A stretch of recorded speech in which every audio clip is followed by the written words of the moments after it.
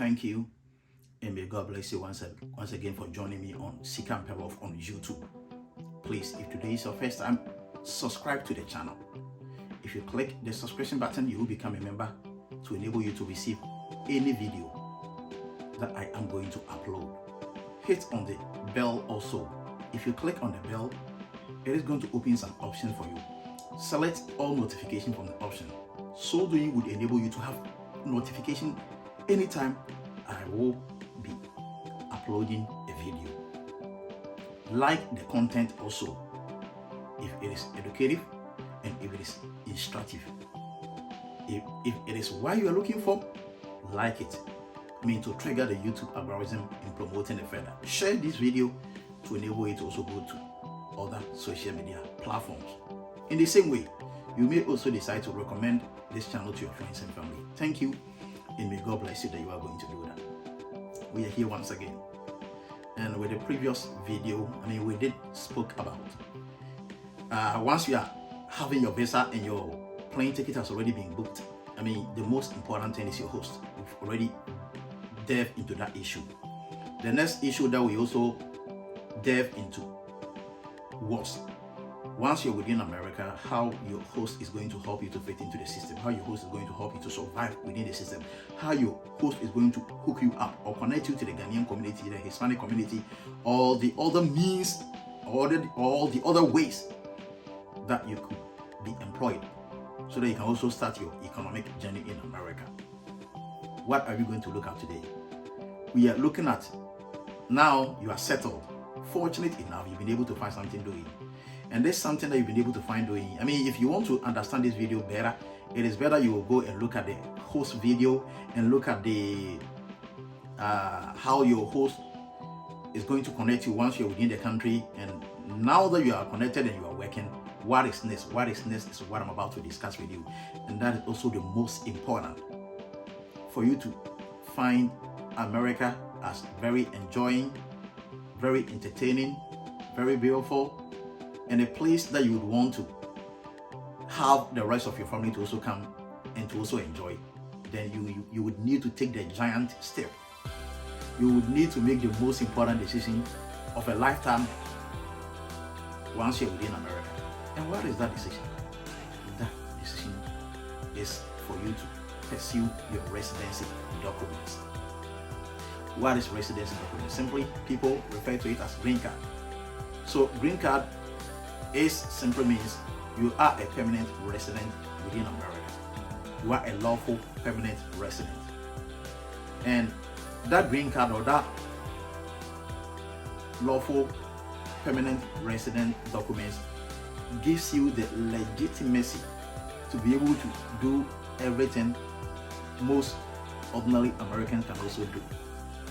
The green card by itself doesn't make you a citizen of America, but it is like a pathway for you to become a citizen of America. Because mind you, once you are able to have your green card and you are able to hold on to your green card for almost a period of, let's say 5 months, a period of, let's say 5 years, with a very good employment and tax-paying records, with a very good records in being a responsible, lawful resident in America, with a very good background records in being honest to the country, being faithful to the country, show your commitment towards the country, not showing any bad behavior, not showing any bad conduct, not having any criminal records, and not having any you have never been convicted before. Clearly, you are on the pathway to becoming a citizen of America.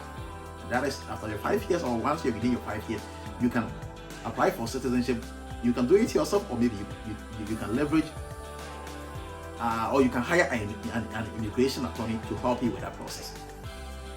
So that is the reason why you pursuing your documentation, pursuing your residency document is the next most important decision if you want to have happiness in America. And you know what? Once your residency documents are intact, that is what is going to give you the authority to be able to go back to Ghana and to also come back to America. Once you don't have the green card, once you don't have your permanent residency documents, there is no way you can go back to Ghana and return back to America. You can only go back to Ghana and return back to America if only you are a lawful permanent resident. That is, if you have a green card, or that is, if you are a citizen of America. And mind you, you can only become a citizen of America once you have your green card and you are holding on to your green card for almost about 5 years. So the process is clearly explained. It has been broken down into pieces to enable you, the layman, to understand. And now, how do you pursue your documentation or your residency documents as an illegal immigrant or as an undocumented immigrant? There are processes of doing this. Most importantly, the first way that we all came to know is for you to be able to marry a green card holder or marry an American citizen.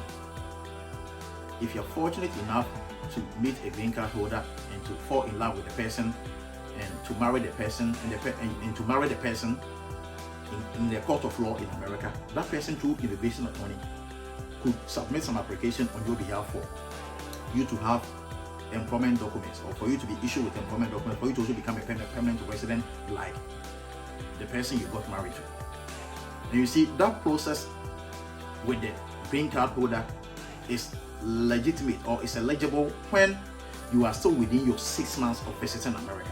Mind you, even though you have 5 years visa stamped into your passport, when you entered America, the immigration issued or the stamp into your passport 6 months. And the 6 months is a legal period of time that you can be finding yourself in America, and you are not supposed to overstay that 6 months. So once you are below that 6 months, once you are still within that 6 months, and you're fortunate enough to find somebody who is a green card holder and you fall in love with the person and you got married in the court of law, once you are still within your 6 months and you haven't overstayed your 6 months, that person through immigration attorney can submit a petition on your behalf for them to help you to get your residency documents so that you can legitimize your stay, or you can make your stay permanent instead of it being temporary. This is when you are still within your 6 months of visiting America. But once you have overstayed your 6 months, once you are now in America more than 6 months, there is no way a green card holder, when you get married to that person, could submit a petition to a court of law or could submit an application on your behalf for your stay to be regularized. It's not going to be possible, because that green card holder doesn't have that authority. That special right has been reserved for the citizens of America. So a green card holder cannot activate that process for you. That needs to be clearly defined, and that needs to be clearly explained. Okay, yeah. And now let's look at this second option. The second option is when you are fortunate enough to get married to an American citizen. You know, the American citizens are reserved with some special rights. That is, when he or she gets married to you, he can leverage on his citizenship status or on his citizenship status to use an immigration attorney to submit a petition on your behalf to a court of competent jurisdiction in America for them to quash your overstay. That is when you have made overstay. You see, the green card, the American, your marriage with the American citizen comes in, or that becomes beneficial when you have overstayed your visa.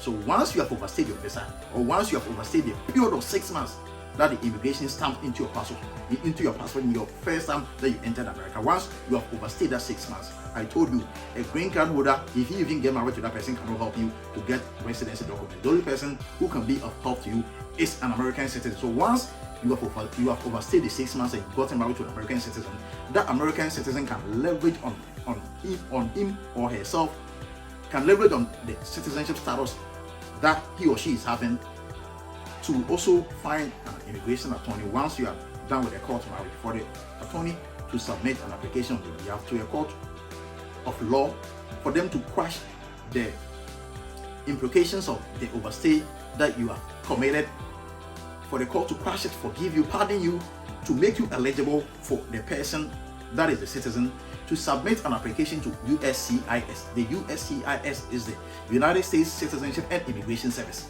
So once you have overstayed your 6 months and you are fortunate or lucky enough to have gotten married to an American citizen, the American citizen can hire an immigration attorney. I'm breaking it down.